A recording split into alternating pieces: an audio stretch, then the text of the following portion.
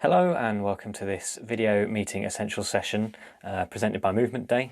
I'm Andrew Watts and I'm going to be running you through some tips and some guidance on how best to conduct video meetings, how to make the most out of your technology, and also run a quick introduction on how to use Teams. A quick sort of introduction about myself. I'm an audio and video system specialist, so I spend most of my time designing audio and video systems for installations for live events, and I've also done some broadcast work in the past as well. So just a quick overview of the session. There will be another session hosted by Phil, who's going to focus on Zoom as he uses that more. So first, we'll talk about internet connectivity. The key part with obviously any kind of online-based video conferencing or video calling system is your internet connection speed. And the majority of people will probably have internet that is capable of, good quality HD video calling, but not everyone will. And obviously the software to an extent can adapt to the quality of your connection. So if you've got quite a slow connection, it will reduce the quality in the video, or it may even say, sorry, you can't have video, it's just audio only. So the first thing you should do before you think about doing any kind of online streaming or video calling is run a speed test. I personally would recommend speedtest.net. That's generally the most popular one out there. There are others. And you just open that in a web browser, try and eliminate any other sources of sort of downloading or uploading on your network. So stop people being on Netflix or downloading a big file, and then run the test, and that will give you a sort of indication of your ping, which is the latency of your connection, your download, and then your upload speeds. Download being data coming from the internet to you, and upload being obviously your video link that is then going up to other people.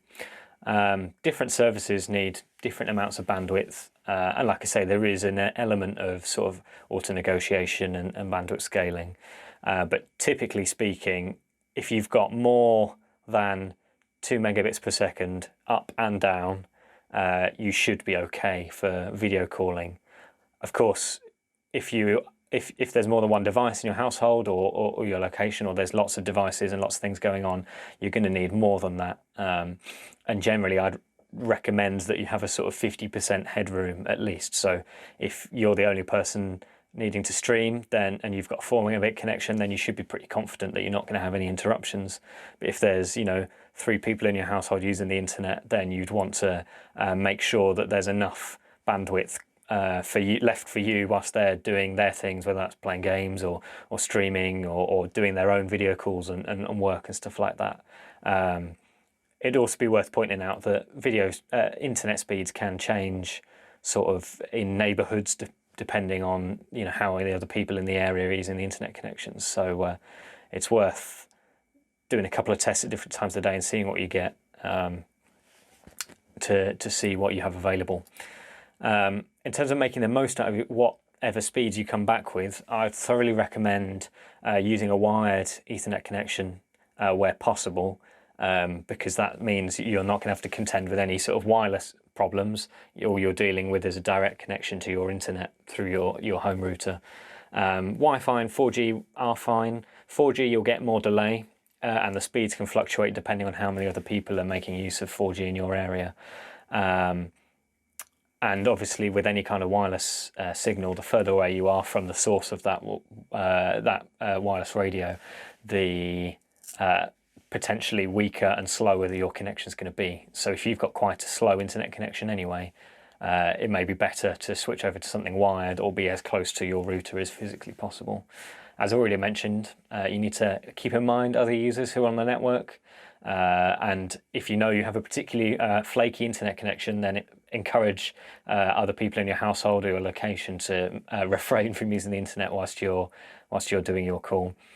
And if you're struggling with your internet speeds, obviously it's different issues for different people, but it would generally be advisable to reach out to your provider, check you're on the fastest available service in your location, and check there are no issues with your line. It's often good to ask your neighbours or people who live in the sort of same district as you what speeds they have and which providers they have a good experience with. And some providers will provide speed guarantees as well. So I'm with Vodafone, and they will refund money if my internet speed drops below a certain level. Moving on to computer performance.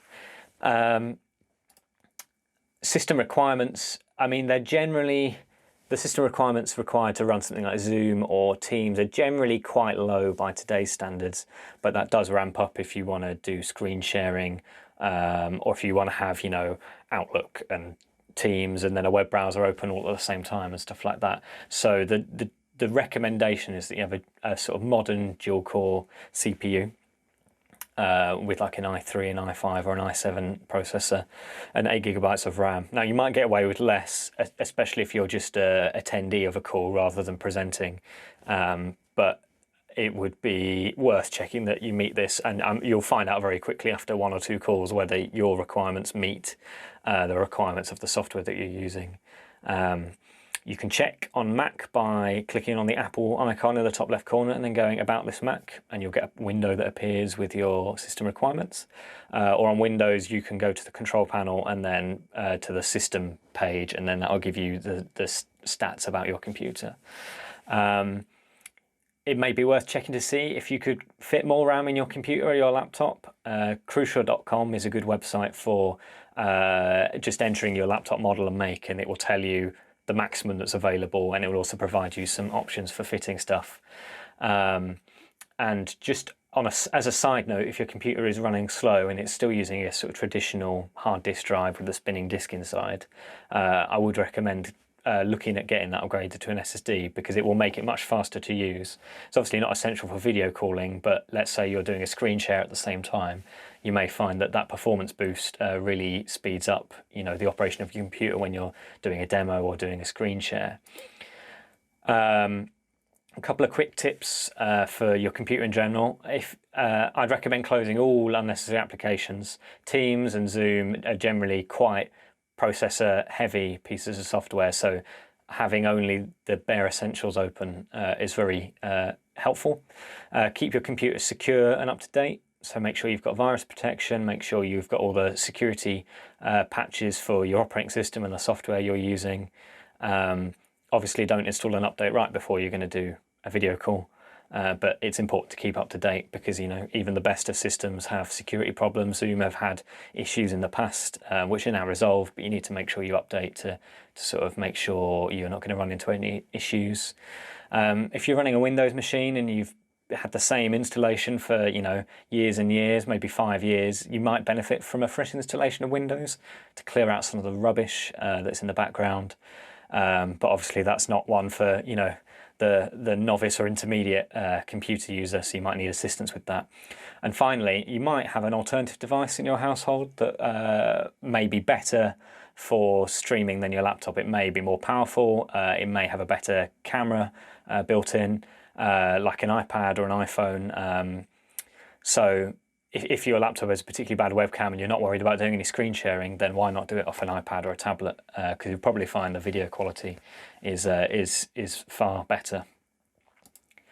Next, I'm going to touch on audio and how to improve your audio. The first thing to note would be that wearing headphones is one of the easiest ways to reduce echoes or feedback and increase audio quality. It also helps with when people talk over each other, because when you're not wearing headphones, your laptop has to listen out to when you're talking, when other people are talking, and work out when to cut your mic so that there isn't this big feedback loop between all the different callers and speakers. So wearing headphones is a great way to improve audio in that sense. Microphones, generally speaking, inbuilt laptop and inbuilt phone microphones are pretty rubbish. It's fine for, you know, maybe a quick conversation, a quick call internally, but if you're doing a video presentation or doing stuff with customers externally, then I would recommend using an external microphone or a headset microphone to have a better sound quality. So the sound will be more direct from your voice rather than picking up all the room noise. And it will be much better quality for listening back to, and much less noisy. And on that note, make sure that you're not sat too far away from your laptop. I've seen a couple of calls where the laptop's sort of almost at one end of the table and the person speaking is at the other end of the table, maybe because they need to fit something big in the camera to do some drawings or something. But the laptop microphones are only really designed for someone being sat directly in front of the laptop, so don't try and push the limits of what they can handle. In terms of the room you're in, try and think about the nicest sounding room in your house. So, for example, kitchens have lots of hard and reflected surfaces typically, whereas a living room has more soft furnishings, a carpet, floor, some curtains, and there's going to be less reflections in the room. So the room's you're going to get less sort of echoes and it sounding, like you stood in a kitchen or in a bathroom or something like that. So any sort of soft fabrics, or in my case, in my office, I've got some acoustic paneling on the wall to sort of make the noises, the room noise as little as possible. The final thing to quickly note is that the audio quality on most video conferencing platforms is designed to handle speech only. So speech sounds really clear and normal and natural, but as soon as you try and put any kind of music or high quality, high fidelity audio in, it's going to struggle. Zoom does have a feature to enable original audio, so that you could, do a piano lesson or something like that through the software. But as a rule, as far as I'm aware, the other ones don't. So if you're looking to do high quality audio, I'd recommend Zoom or pre-recording that segment, or looking into another solution that maybe isn't live video conferencing. In terms of microphones and external microphones, there's a couple of different options. Lavalier is or sort of a clip tie mic, you might have heard it called, a clip-on mic. Very good for one person. They're very affordable. I'd recommend for a PC using a USB lavalier mic, because then you can still plug your headphones directly into your laptop if you want to listen. And then for the phone, if you're using a sort of portable device, you'll want to look for one with a mini jack, if your device still has a mini jack, that is. And with these devices, it's helpful to get one with a headphone port, because then you don't need to worry about not being able to listen to the audio through a pair of headphones and being stuck with only the inbuilt speaker. The next sort of option up is condenser or dynamic microphones. They tend to have the more sort of radio voice quality and what you would hear on sort of professional podcasts and stuff like that. There's lots of different options out there. And I would recommend going for one with USB connectivity, because then you can just plug it straight into your laptop. It will appear as a device and you can use it. But if you're really keen, or if you're into your music and you're recording anyway, then it may well be that you have a recording interface that you could use, that you could connect a microphone directly to. One thing to bear in mind is that these sort of podcaster style microphones come with a pop shield built in, but if you're buying a different microphone, it may not come with a pop shield, so just check that in the sort of specs and the reviews. A pop shield is only sort of £5 to buy, but it will reduce the sort of boomy and poppiness of the plosive sounds, so the puzz as you sort of speak into a microphone. The final sort of thing to say on microphones is phone and tablet microphones, so microphones with portable devices. There's an absolutely huge range out here. Personally, I think you pay a bit of a premium for these, because the good ones are obviously cost more, because it's sort of a very niche market and people know that people are going to want to buy these kind of devices. But they're great if you just want to turn up somewhere with an iPad or an iPhone, plug in a microphone and sort of present in front of it. So they're really handy for sort of portable setups, or yeah, if you're using your sort of phone or tablet, because the video quality is actually better than using your laptop webcam. On the topic of video, we'll just quickly talk now about improving your video quality. So generally speaking, the newer a device, the better the webcam, but even good laptops tend to have bad webcams. My sort of £2,000 work laptop has a terrible webcam, so I'm actually filming this on my phone because the quality is much better. And as I mentioned, typically tablets and phones have the best inbuilt cameras. And if neither of those are an option, or you do want to use your computer, then I'd recommend an external USB webcam. Lighting wise, Don't sit with bright lights behind you or windows or the sun. Try and have the lighting to the side or close the curtains if you need to. And generally having a little bit of light in front of you and to the side will look really natural and will prevent any kind of noise or sort of graininess of the image. It's worth checking to see if there's any creative ways you could use sort of lighting you have in your house already, whether there's a table lamp sort of in front of you. I've got a sort of upright IKEA lamp over here which provides a really nice sort of light up on my face and make sure that I sit out from the background. And so yeah, you may be able to sort of have some creative uses of lighting you already have sort of around the home, or just moving yourself within a room to save having to spend any money on specific lighting for, you know, the odd meeting here and there. And finally, think about your positioning of the camera, where it is. Try and have your camera in the middle of the screen that you're looking at the most. It's quite distracting and disengaging if you're in a conference call, but one of the people who's presenting, you know, their webcam's over there somewhere, so they're constantly looking at a different screen to where you are. Obviously, that's not always possible when you're doing multiple screens or crazy demos and stuff like that, but just think about, are you looking up too much, looking down too much, and have you got a really messy backdrop? Make sure there's nothing that's inappropriate in there, or, you know, you've not got rubbish or stuff like that knocking around. Try and find the best sort of setting, especially if you're dealing with external clients and customers. In terms of webcams, there's loads out there. Generally, Logitech are renowned for the best sort of HD webcams. Razer also make a really good camera with a built-in LED light as well, so that'll provide some front light for you. 720p is one of the sort of resolution video formats, and 720p is sort of the minimum you want to be looking for, so that's HD, or 1080p would be the ideal. So most phones now will be a minimum of 720p. And obviously you just need to check the compatibility of any sort of USB webcam you look to purchase with your laptop or computer. There is one other option, which is one I use quite a lot, and you can actually use your phone's inbuilt camera as a webcam for your laptop. So you install an application called iVcam, and that runs on your phone. You open it and then you install a sort of partner application on your laptop, and that streams the video over Wi-Fi to your Windows computer and makes that phone appear as a webcam source in your sort of standard list of webcams in whichever application you're using.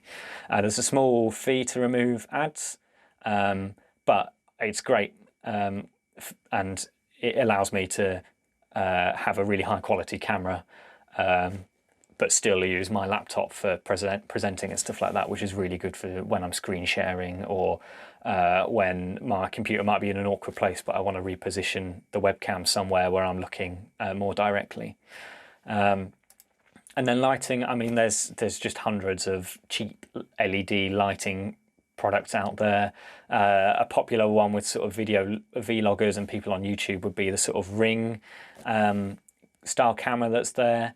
Alternatively, you could get sort of an LED panel and sort of position that again sort of out of shot off to one side. It's up to you whether you go that far with that. I would say 9 times out of 10 you could find some lighting in your house already, or you know, an area in your house where you can sit and have a good amount of lighting for conferencing. So, but you know, if you're in a particularly dark room or a room with no natural light, or only one light in the middle of the room, then maybe some additional lighting might be good to again bring out your sort of your face and your headshot within the frame, rather than it just being all grainy and murky. In terms of popular platforms, the main popular platforms are, in my opinion, Microsoft Teams and Zoom. There are loads of others, and loads of other people use these platforms. There's nothing wrong with them. They all work in very different ways, and it's generally the one that the company's been using for a long time. GoToWebinar is one I've seen a lot for sort of presented webinars from manufacturers, and it has some good features for specifically webinars. Zoom as well has very strong webinar functionality and is good because it allows big meetings, so meetings with, you can have up to 200 people's faces on the screen, although how practical that is in reality I'm not sure. But it also lets you do things like breakout rooms, and it also, as I mentioned earlier, has the high quality audio option and has the highest meeting capacity that I'm aware of. Microsoft Teams is part of the Office 365 or the Microsoft 365 platform. So that integrates really well if you're using that platform in your office or your business already, and that's why I use it the most, because it's part of our sort of enterprise file sharing and software platform. So you know, that's where we do our planning, meetings and calendars and file sharing and that kind of stuff. And it's also quite good for if you're doing recurring meetings within a business.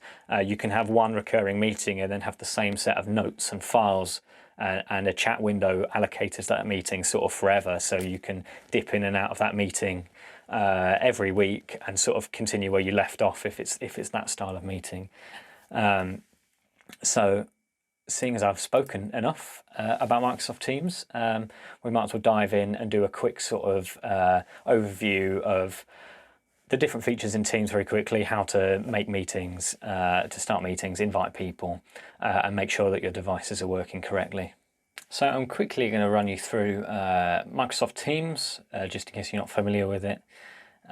So here I've installed the application and signed into it with my work 365 account details, and I mean there's a whole load of features and functionality available beyond just doing video calls. There's chat functionality and sort of the team functionality, which is about having groups or teams of people that sort of collaborate together. They can have their own chat, and within those chats they can within those teams, sorry, they can have their own sort of channels to group up different projects or bits of information, similar to the way Slack works, but it sort of integrates with the whole Office 365 environment, so it integrates with your SharePoint and stuff like that.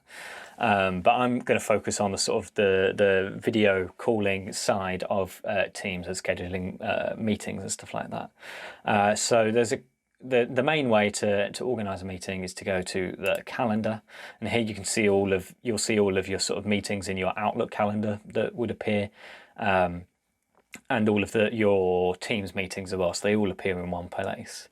And you can see that currently there's no meetings here. So if you just wanted to do a quick impromptu meeting with someone, so let's say you've just agreed, right, let's get together and talk about this now, you can press the Meet Now button, and that will take you straight into a meeting, so that you can begin. So you can give the meeting a name, you can check your video settings, which I'll run through in a second, and then you can join.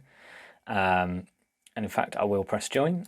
And then in the top right here, you can invite people quickly to those meetings. So that could be people within your organization, or it could be people outside of your organization. So you can enter an email address here, or you can copy the join information, stick that in an email and send that directly to them. It's worth noting that that isn't a direct link. So if you copy that, you can't it's not just a link, it's kind of like it's like HTML. So it actually needs to go into like the body of an email or a Word document for you to be able to see that link. And then people can join this meeting directly. So I'm going to hang up on that meeting for now. And then you can see after I've come out of that meeting I've quickly created, it will show us all the chat that went on in that meeting. So the sort of text chat, any files that were shared, any meeting notes that were created, and then if we used a whiteboard, any whiteboard, so sort of quick sketches or drawings with the mouse there. And you know, if you left that meeting but it was still going on, I could then rejoin that meeting to continue. So I'm going to jump back to the calendar, and I'm going to create a new meeting. And I'm going to give it a name, so I'll just call it Video Essentials Meeting. And then here, in order to turn it into an actual Teams meeting, so one that people can join, you do need to invite some people. Obviously I can't invite myself, but what I am going to do is invite my email address. So I've typed in an email address that's not part of my organisation, and then it gives you the option here to invite online at andrewwatts.co.uk. So now that has created that's added that person as invite. I could add many more. and I can also choose if they're required or optional. So if you just want to add attendees who can sort of might be interested but may not be able to make it, or it's not essential they're there, you can still do that like you would normally in Outlook.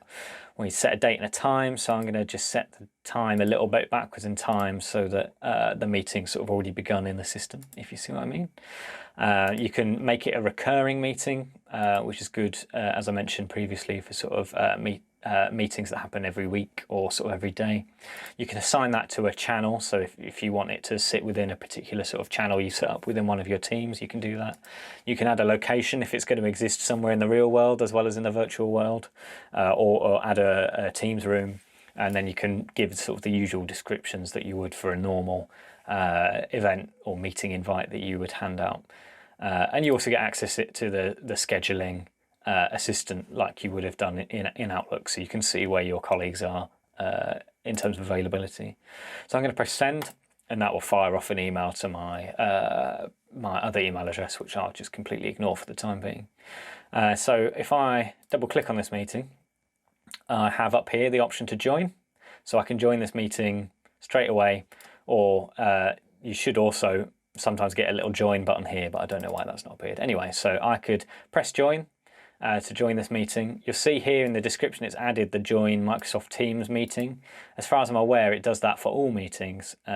So what you can do is copy that link and send that to people outside of your organisation who might need to join the meeting, let's say last minute, or you didn't get a chance to invite them directly in the invite. People who are outside of your organisation, they don't need to sign up to Teams to join. They just need to use a compatible web browser like Chrome or Microsoft Edge. And then they can sort of use a stripped down version of Teams in their web browser to participate in your meeting or webinar or training, but without having to sign up or be a part of your organisation in that sense.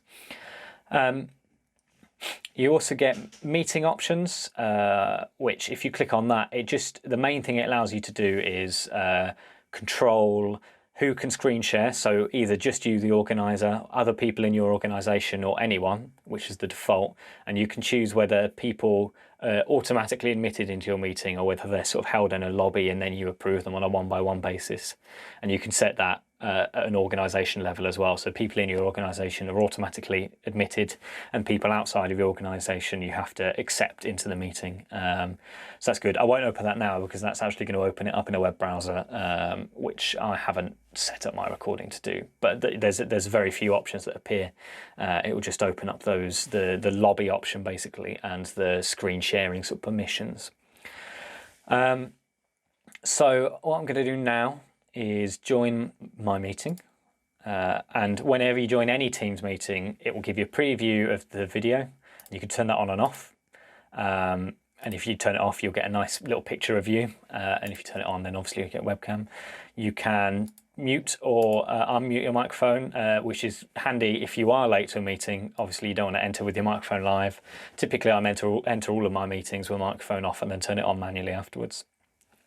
And then you can also adjust your background blur settings. That's quite a new feature in Teams. If you click on that, it opens this window here, so you can choose different sort of backgrounds to sit behind you, or you can just blur the background. It doesn't really work unless you're looking directly at the camera, but you sort of get the idea. But if your background's sort of nice enough, then there's no need to, worry about that. And then you get this option here, custom setup. Or this cog here, I should say, which allows you to set your devices for this meeting. So this will be remembered from any previous meetings you do, but you can select your speaker. So I'm going to choose my headphones. You can choose your microphone, which is going to be that microphone, and then you can choose your web camera as well. So you can see here I've got that IV cam that I was talking about earlier in the presentation, or I can just use my inbuilt laptop camera for now. There's also a good feature here, make a test call. This doesn't test your video, but it does do an audio test. So it's good for checking if there's going to be any echoes with the setup you're using, or if there are any problems with the microphone. It'll talk to you, and then you sort of say a sentence or a couple of sentences, and it'll repeat it back to you. So that's good for checking that the audio is clear and there's no distortion, because sometimes people rock up to a meeting thinking their microphone's working great, and and they've not checked it yet, and actually there's silence even though it looks like everything's set up correctly. So that's a very important and useful feature for getting started. So I'll close that off, and I'll hit join now to join my meeting. Now, if there were other people in the meeting, you would see this go in half for the next person and then keep dividing up. Teams supports now up to 9 people arranged in a grid, so it's sort of the 9 most active speakers at a time, and then it will sort of change them as it thinks is best. It used to be 4, and some people may find it is still 4 because it hasn't rolled out to the 9 sort of person grid yet. So just hang fire on that front. Down here we've got some sort of the meeting controls, the duration of the meeting. You can turn your camera off, and you can see here that it's waiting for other people to join. I can mute or unmute my microphone. I can screen share, and to do that you click on that option there, and then you get a whole host of options. So you can share PowerPoint sort of directly within Teams, and people just view your PowerPoint points and can flick through as you flick through. Or you can share your entire desktop if you're doing quite an involved demo or using lots of different applications, or you can share a specific application window if you only want to share one application window, which is good for sort of privacy purposes. And you can also choose whether to include your system audio. I just must apologise for how bad my webcam is. Actually, I've just noticed how awful it is. Like I say, I never use the internal webcam on my laptop. I'm just doing it for the purposes of quickly running through how to use Teams. So I'll pop that down for now because I don't want to share a screen, but if you did so, you would just click that button and then choose the option and then share that with the other people in your call. The ellipses here, the dots, they give you a sort of whole host of additional settings. So entering full screen, viewing the meeting notes, changing those device settings if you got it wrong or you need to change your device. It's also where you can start recording the meeting, which is obviously very important if you do want to record the meeting, and it's where you would stop recording. And it's where you can adjust the background settings again, so blur, stuff like that. And then if you've got a particularly bad internet connection, you can forcibly turn off the incoming video, so only your video is going out and you don't see anyone else. So yeah, you can do that. And then this button here opens up the chat window on the right hand side, so you'll see everyone here. They could share files, they could share images, and you'll see the chats appear here. So that's good for people maybe asking questions whilst you're presenting, and then maybe someone else on the call could answer those questions whilst you're carrying on with your presentation. That's generally quite a slick way to handle sort of Q&A on the fly.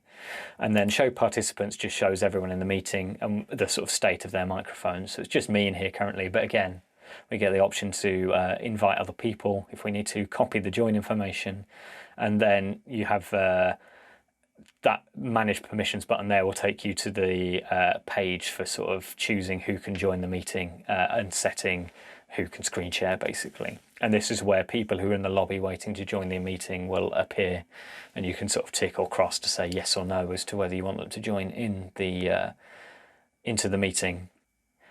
So if I hang up from this meeting now, I'll just quickly show you what you can see out after a meeting, or if you're sort of joining a meeting through the chat functionality. You'll see the chat window in full, and a rundown of who's been joining and leaving the meeting. So that's good for sharing files after a meeting or just before a meeting. You'll see all the files that have been shared in the chat listed here. And then if you create meeting notes, you can sort of take notes alongside a meeting, then they will appear here afterwards as well.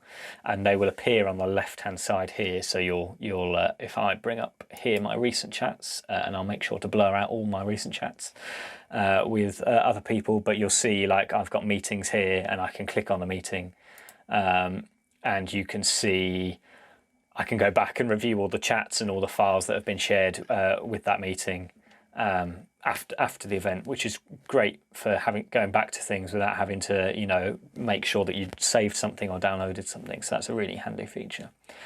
So that's a very admittedly quick guide through Microsoft Teams. There's loads of resources out there on Microsoft's own page and also on YouTube if you want to sort of delve into more advanced sort of functionality and features, but that should be enough to get going for sort of the majority of applications where you might be presenting or meeting with people using Teams. And finally, I'm going to run through some sort of quick top tips on how to get the most out of your video conferencing and your video calls. Some of these might be really obvious, but I hope at least some of them are new to you or maybe you haven't considered before. So the first one, test your setup. So do a practice meeting with a colleague or invite yourself on another device to that meeting and check that the technology is working, that the image is good, that how you want to screen share or present is going to work. A very important one is always be early, especially if it's your own meeting. Make sure that you are there on time, but I think even more so than in real life, it is very awkward in these online meetings when people are late, especially if you're hanging around for an important stakeholder in that meeting. So always be ready to sign on before the meeting is due to start. An important one to sort of prevent any echoes or unnecessary noise on a call is to mute your microphone when not speaking. A lot of the time, you might be speaking for a portion and then doing a Q&A or something like that. So if you're just attending or you're not speaking, make sure your microphone is muted, because that's going to mean that, people can't hear the dog next door barking in the background when you're not talking or something like that. I said it once and I say it again, test your setup and test it again, especially if you're doing any kind of live streaming setups, because anything that involves streaming or multiple participants, there's plenty of things to go wrong. So the more you can test it and be comfortable and fluent with how it works and how you use that technology is really important. Don't forget to hit record if you want to record your sort of webinar or presentation. The number of sessions I've been a part of, which they say, oh yeah, we'll provide this at the end and we're going to record it, and then you get a very shy email after the meeting saying, oh sorry, we forgot to hit record, we'll have to run it again and record it again. That wastes their time as much as anyone else's. Be engaging, so use good content, use slides, do software demos or screen shares. Try and make it as interactive as possible, break for Q&A points, stuff like that, and prepare what you're going to present. There's nothing more awkward than starting a conference call and the first 5 to 10 minutes is sort of the presenter getting comfortable with what they need to presenting. Instead, you should be ready from the start of that meeting to go, right, this is how we're going to do it. Introduce the session and how you're going to run through the session and sort of what the points of the session are. For discussions or sort of, multiple people talking potentially at once, try and have a chairperson like you would in a normal meeting, so someone leading the meeting, making sure that people, know when to speak, make sure everyone gets time to speak. I think that's really important, because otherwise you just get people who constantly try and interrupt and talk over each other, and it's a bit chaotic. An important one, if you're doing screen sharing, is to make sure there's no sensitive information.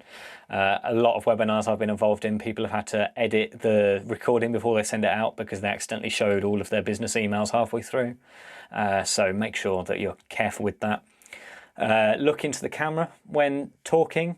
If you can. Obviously it's not always possible if you're sort of presenting, but if you're sort of talking directly to people, it's much more natural if you look right down into the camera rather than looking at your face on the screen or other people's faces, because it will always look like you're sort of slightly looking off camera. So it just helps engage people more. Position your camera so that you're not looking distracted. That's kind of what I touched on earlier about making sure it's in front of you, so that if if the camera's off to one side but you're looking at everyone's faces in front of you, then that just looks like you're a little bit distant there, even if you are still engaging in the meeting. And focus like you would in a real meeting. Listen to people, look at people, as if you were all sat around a conference table in real life. And the final page of tips: be organised before you begin. Make sure that if you might be expected to bring something into that meeting, that you've got something prepared, or that you've got some discussion tips ready for the meeting, so that there's no sort of awkward pauses and sort of fumbling around. Try and minimise disturbances in your environment. So try and encourage other people in your house to not interrupt you, or to get the door if the doorbell goes. Obviously, it's not always possible but when we're working from home, what can you expect? But at least try and see that you can minimise any unnecessary disturbances. Treat video meetings as important as normal meetings or traditional meetings. So, you know, if you would dress smartly for a particular meeting because they're an important customer, then why shouldn't you do that online?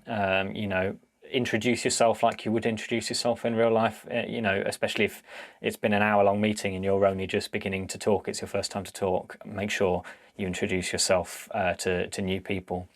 And finally, be clear about the agenda and the stages of your video call. So about what your intro is going to be, and then, you know, today we're going to do this, this, this, and this, and then we're going to finish, because that really helps move it along. If there's not that structure, you can sometimes get to the point where meetings are really dragging on unnecessarily or going off on these tangents that aren't needed. So try and make sure everyone is clear about the agenda in advance, so that you can have really efficient meetings that don't have to go on for unnecessary amounts of time.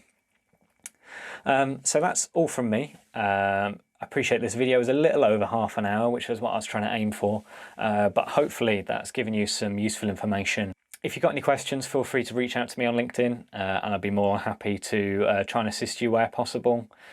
So that's all from me, and thank you for watching.